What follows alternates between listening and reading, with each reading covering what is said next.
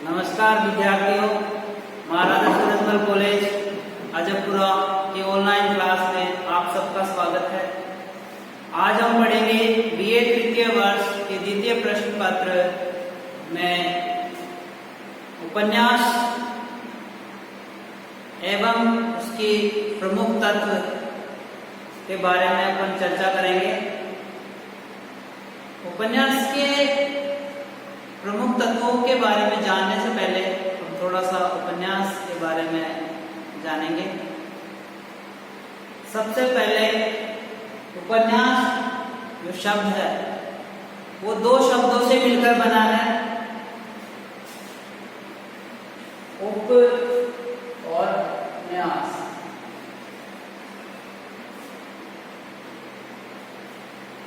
उपन्यास हिंदी के दो शब्दों से मिलकर बना है, उप और न्यास। उप का मतलब समीप,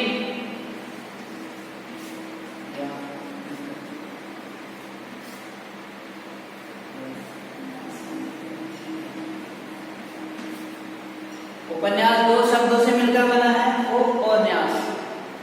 उप का अर्थ है समीप या निकट, न्यास का मतलब रचना, अर्थात किसी व्यक्ति के जीवन या मनुष्य जीवन की घटनाओं को निकट रखकर उसकी रचना करना उपन्यास कहलाता है।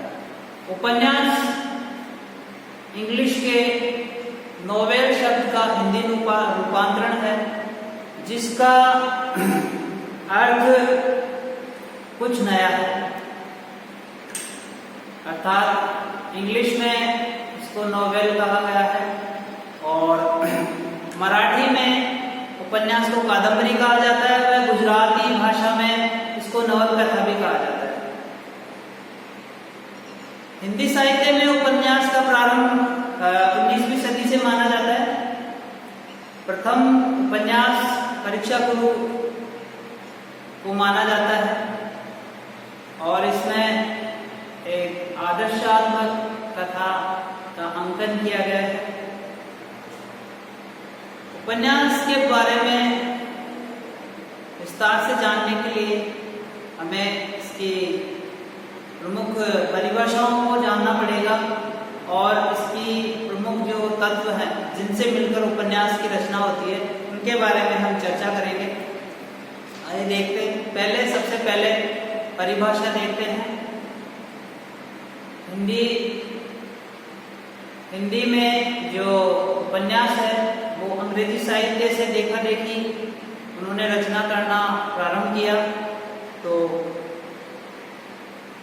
पाश्चात्य जो विचारक हैं उनके अनुसार परिभाषा क्या है, आइए देखते हैं। सर्वप्रथम बेकन कवि हैं, बेकन विचारक हैं, उनके अनुसार उपन्यास कल्पित इतिहास है। ये परिभाषा है उपन्यास की। इन्होंने कहा है कि उपन्यास कल्पित अर्थात काल्पनिक इतिहास है। अगली कड़ी में अंग्रेजी के साहित्यकार हैं फील्डिंग, ये उनका नाम है। उन्होंने उपन्यास को एक मनोरंजनपूर्ण महाकाव्य की श्रेणी में रखा है या महाकाव्य कहा है। हिंदी के ही विचारक बेकर, इन्होंने उपन्यास के बारे में परिभाषा करते हुए कहा है कि उपन्यास वह रचना है जिसमें किसी कल्पित गद्य कथा द्वारा मानव जीवन की व्याख्या की गई है। किसी गद्य कथा द्वारा मानव जीवन की व्याख्या की गई है, वो उपन्यास कहलाता है। अब कुछ जो हमारे हिंदी के बहुत प्रख्यात और हिंदी के उपन्यासकार, हिंदी के उपन्यास सम्राट भी कहे जाते हैं, उन्होंने हिंदी उपन्यास के बारे में कहा है, मैं उपन्यास को मानव चरित्र का चित्र मानता हूँ। मुंशी प्रेमचंद जी के अनुसार उपन्यास मानव चरित्र का चित्र है। मानव चरित्र पर प्रकाश डालना ही उपन्यास का मूल तत्व है। उपन्यास के जो मूल तत्व है उसमें मानव चरित्र पर प्रकाश डालना ही प्रेमचंद जी के अनुसार मूल तत्व कहा गया है। ऐसे ही हिंदी के अन्य विद्वान हैं डॉक्टर श्याम सुंदर दास, उन्होंने मनुष्य के वास्तविक जीवन की काल्पनिक कथा को उपन्यास माना है। इस प्रकार ये कुछ प्रमुख पाश्चात्य व भारतीय विचारकों, साहित्यकारों की ये परिभाषाएं रही। अब जिनसे उपन्यास बनता है, जिन अवयवों से, जिन तत्वों से उपन्यास बनता है, उनकी हम चर्चा करेंगे। उपन्यास के जो प्रमुख तत्व है उनमें प्रमुख 6 तत्वों को शामिल किया जाता है। सबसे पहले हम चर्चा करेंगे उपन्यास के प्रमुख तत्व।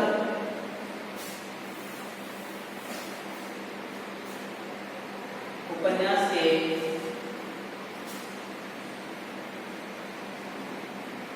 प्रमुख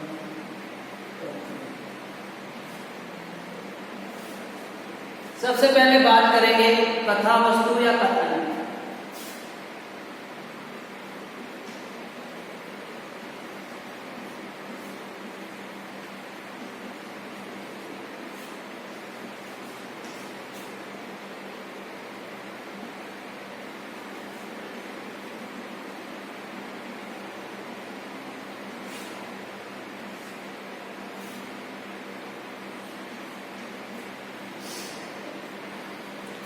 कथा वस्तु व कथानक। उपन्यास के प्रमुख तत्वों में कथा वस्तु व कथानक को लिया जाता है, उसका वर्णन किया जाता है। कथा वस्तु जो है वो उपन्यास का मूल तत्व है और अंग्रेजी साहित्य में इसको प्लॉट कहा जाता है। जिस जमीन पर हम मकान बनाते हैं प्लॉट है, तो यहाँ पर जो जमीन के लिए जो जगह है अर्थात उपन्यास मकान है, और जो आधारभूत तत्व जो जगह है प्लॉट, वो कहा गया है कथा वस्तु को अर्थात विषय वस्तु। और कथानक होता है, कथानक का अर्थ होता है कथा, और कथानक में कथा को प्रस्तुत किया जाता है, लेकिन जो कथा वस्तु है वो होता है उसका विषय वस्तु। कथा वस्तु में मूल रूप से 3 गुण होने चाहिए: रोचकता, संभाव्यता तथा मौलिकता। रोचकता से आशय है कि जो उपन्यास की कथा वस्तु है वो मनोरंजन से पूर्ण होनी चाहिए, रोचक होनी चाहिए, उसमें सस्पेंस होना चाहिए, रोचकता आनी चाहिए, जिससे पाठकगण उसे आगे बढ़ने की उनमें ललक जगे। दूसरा है संभाव्यता। जो घटनाएं हैं उपन्यास में, जो घटनाएं घट रही है वो सजीव लगे, आकर्षक लगे, यथार्थ जीवन से वो घटनाएं ली गई। और अगला है मौलिकता। प्रस्तुति का जो ढंग है उसमें प्रामाणिक अनुभव, व्यक्ति के वास्तविक जीवन से उन घटनाओं व अनुभवों को उपन्यास में वर्णन किया जाए। तो इस प्रकार से जो कथा वस्तु है वो इन 3 मूल गुणों से युक्त होनी चाहिए, तभी कथा वस्तु आकर्षक प्रभावी होगी। अगला है कथानक। कथानक में कथा का वर्णन होता है, जो उपन्यास की जो कथा है उसका वर्णन किया जाता है। और कथानक में कथा 3 अंकों में विभाजित है: प्रारंभ, मध्य और अंत। इस प्रकार प्रारंभ में जो कहानी है उसकी कथा है वो कैसी होनी चाहिए, मध्य में कैसी होनी चाहिए, अंत में उसका जो अंत है उपन्यास का वो कैसा होना चाहिए, उसमें कथानक को सही ढंग से प्रस्तुत किया जाता है। और जो कथानक है वो मूल रूप से 2 प्रकार के होते हैं: वस्तु विन्यास व अभिव्यक्ति पद्धति। वस्तु विन्यास में चरित्र प्रधान या भाव विचार प्रधान कथानक को लिया जाता है, जिसमें चरित्र को अधिक उभारा जाए।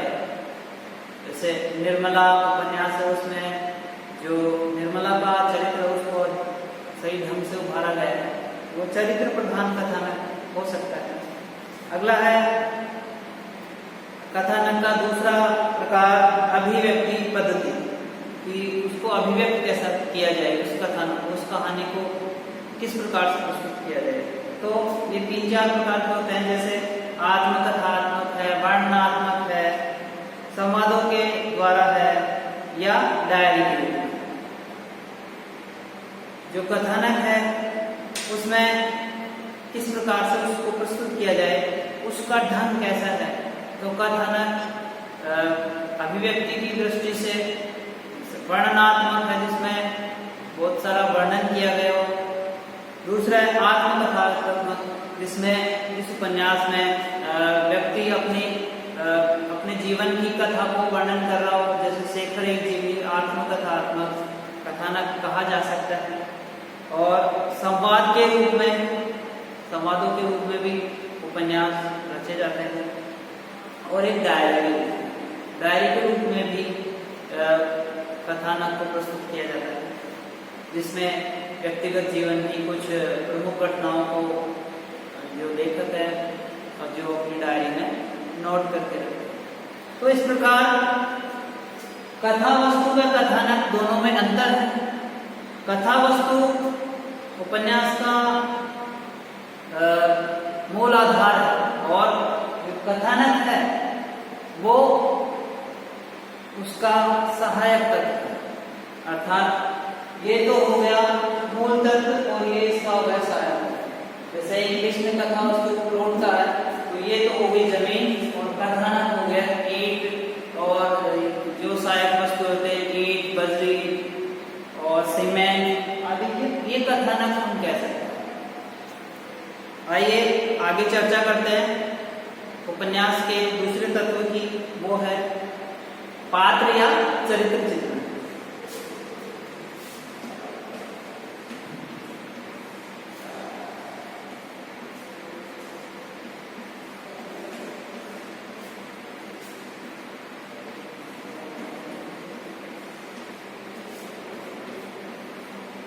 पात्र या चरित्र चित्रण उपन्यास की कथा रूपी शरीर को गति देने वाले अवयव पात्र कहलाते हैं। कथा वस्तु व घटनाएं जिन मनुष्यों पर आधारित होती है उनको पात्र कहा जाता है। वह उन पात्रों का चरित्र चित्रण, उन पात्रों का चरित्र कैसा है उसका चित्रण करना पात्र या चरित्र चित्रण कहलाता है। और उपन्यास में विभिन्न प्रकार के पात्र होते हैं। केंद्रीय पात्र है, सहयोगी पात्र है, और अतिथि पात्र है। इस प्रकार इसमें उपन्यास में कई तरह के पात्र आते हैं, और उनका चरित्र चित्रण भी इसी बिंदु के अंतर्गत किया जाता है। जो चरित्र चित्रण में विभिन्न प्रकार की शैलियों को साहित्यकार अपनाता है, जैसे वर्णनात्मक है, नाटकीय या विश्लेषणात्मक शैली है। इन शैलियों का प्रयोग वो पात्र के चरित्र चित्रण करने में प्रयोग करते हैं। अगला जो बिंदु है उपन्यास के प्रमुख तत्वों में, वो है संवाद योजना या कथोपकथन।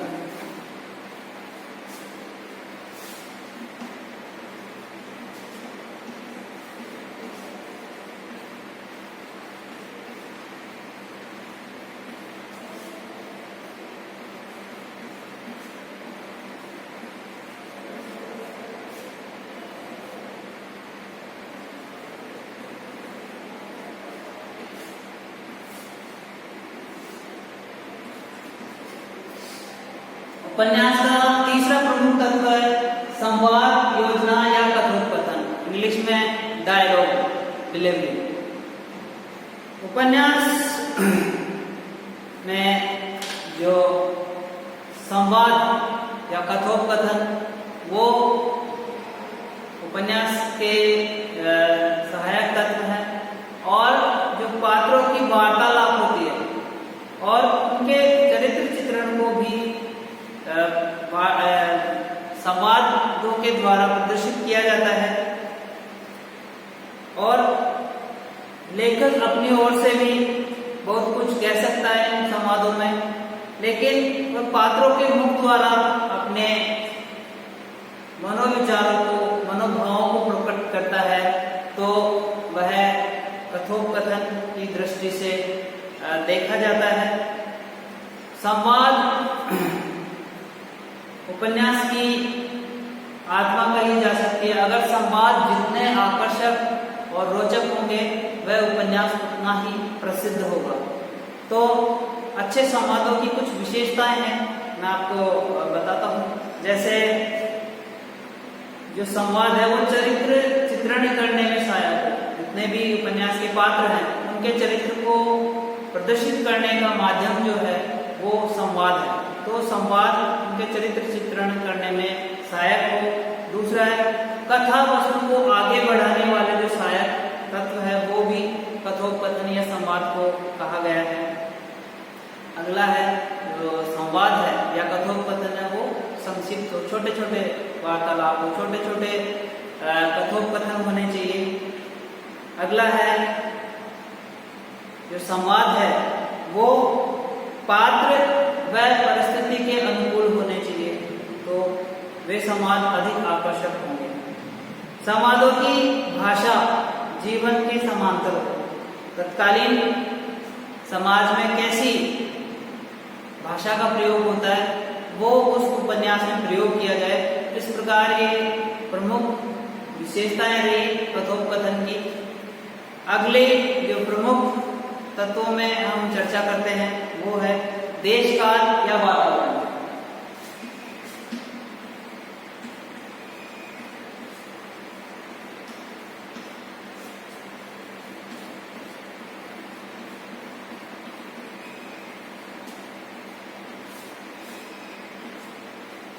देश काल या वातावरण पात्रों के आसपास की स्थिति, परिस्थिति देश काल या वातावरण कहलाती है। उपन्यास में तत्कालीन समाज में व्याप्त रीति रिवाज, परंपरा, रहन सहन, आचार व्यवहार, वेशभूषा, बोलचाल का ढंग, राजनीतिक, सामाजिक, सांस्कृतिक स्थिति को प्रदर्शित करने वाली जो परिस्थितियां उपन्यास में वर्णन किए जाते हैं, तो उन परिस्थितियों का भी उल्लेख इस बिंदु के अंतर्गत किया जाता है। तत्कालीन समाज में व्याप्त बुराइयां हो, अच्छाइयां हो, उसको प्रदर्शित करने का जो तत्व है वो है देश काल या वातावरण। उपन्यास जब लिखा गया है तो तत्कालीन समाज में कौन कौन सी विशेषताएं थी, कौन कौन सी बुराइयां थी, वो इसमें प्रदर्शित की जाती हैं, प्रकट की जाती हैं देश काल या वातावरण बिंदु के तहत। अगली प्रमुख उपन्यास के प्रमुख तत्वों में अगला जो बिंदु है वो है भाषा शैली।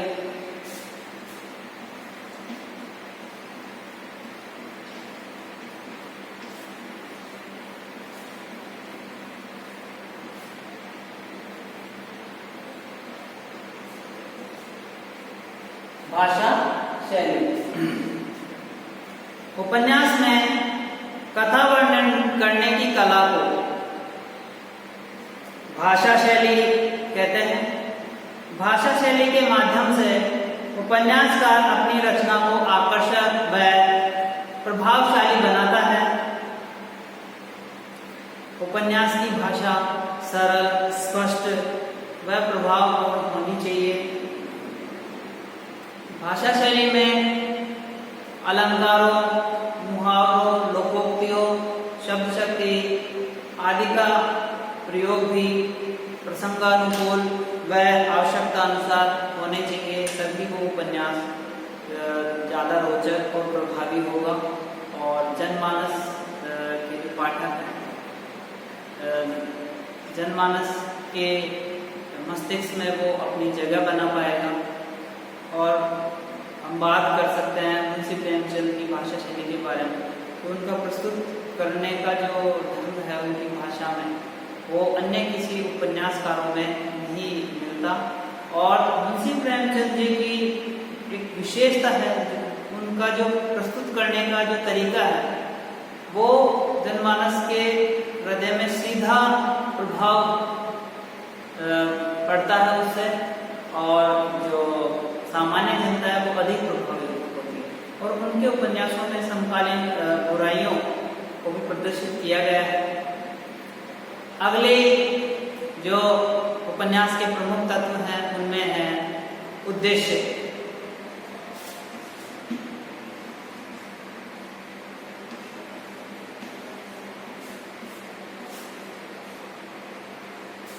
किसी भी कार्य को करने का एक निश्चित उद्देश्य होता है, और किसी भी रचना को लिखने का एक सभी साहित्यकारों का एक उद्देश्य होता है। जैसे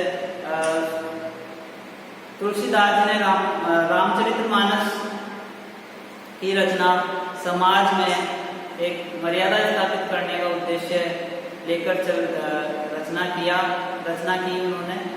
उसी प्रकार जो उपन्यासकार होते हैं, साहित्यकार होते हैं, वो रचना करते वक्त एक निश्चित उद्देश्य लेकर चलती है। वैसे ही उपन्यासों का भी एक निश्चित उद्देश्य होता है।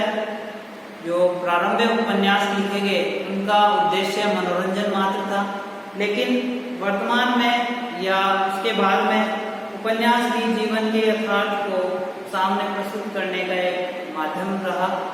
और उपन्यास अतीत में घटित बुराइयों को प्रदर्शित करता है, वह आने वाले पीढ़ियों को अपने अंदर समाहित घटनाओं से प्रेरित करने के लिए या उनसे जागरूक होने के लिए प्रेरित करता है उपन्यास। इस प्रकार ये उपन्यास की सामान्य प्रमुख तत्व रहे। अगले वीडियो में हम चर्चा करेंगे एकांकी के प्रमुख तत्व परिभाषा के बारे में अपन चर्चा करेंगे। तब तक के लिए धन्यवाद।